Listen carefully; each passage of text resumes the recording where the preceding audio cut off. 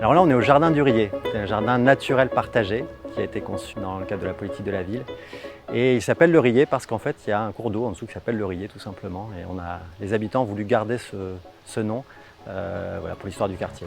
Le jardin était en bout de quartier, voilà, avec du bâtiment assez haut et assez long. Hein, et c'est pour ça qu'on a aussi conçu le jardin en vue aérienne avec les habitants à l'époque, hein, pour que ça soit beau d'en haut. Parce qu'à l'époque, tout le monde jetait tout par les fenêtres.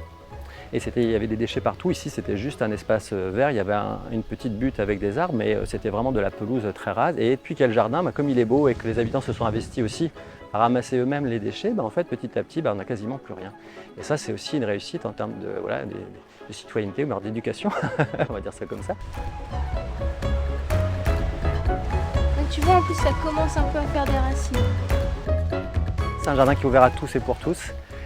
C'est un espace qui est privé quand il n'y a pas d'habitants dessus et qui devient ouvert à tous dès qu'un habitant adhérent a envie de rentrer sur le jardin.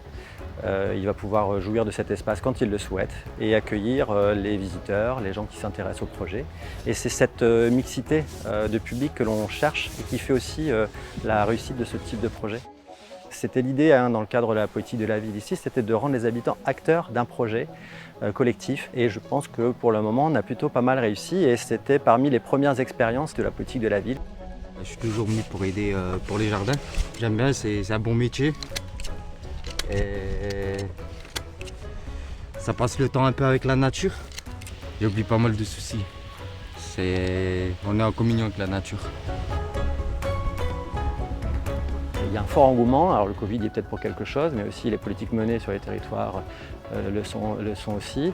L'objectif aussi derrière le projet social, c'est un projet environnemental, c'est favoriser le développement de la biodiversité, alors quand elle existe, de la renforcer évidemment, quand elle n'existe pas, de la créer, de façon à avoir des écosystèmes en place, puisque il y a un projet évidemment pédagogique dans le projet des agents, c'est de prendre conscience de ces espaces-là, des modes de fonctionnement dans la nature, pour pouvoir respecter et avoir de bonnes pratiques respectueuses dans l'environnement, sur le jardin, mais aussi chez soi. Il faut que les gens puissent se dire, oui, c'est faisable, même sans trop de compétences, même en récupérant des palettes, etc.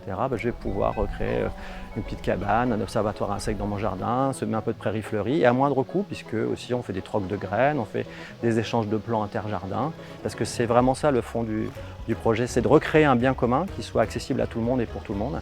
Et après, il vivra le temps qu'il y aura des habitants. Après, on pourra les récupérer, ouais, pour faire des semences. Donc là, pour l'instant, je la laisse comme ça. Ça, c'est rigolo. Hein. Ouais, c'est mignon. C'est une bonne idée là. Moi, j'adore ça.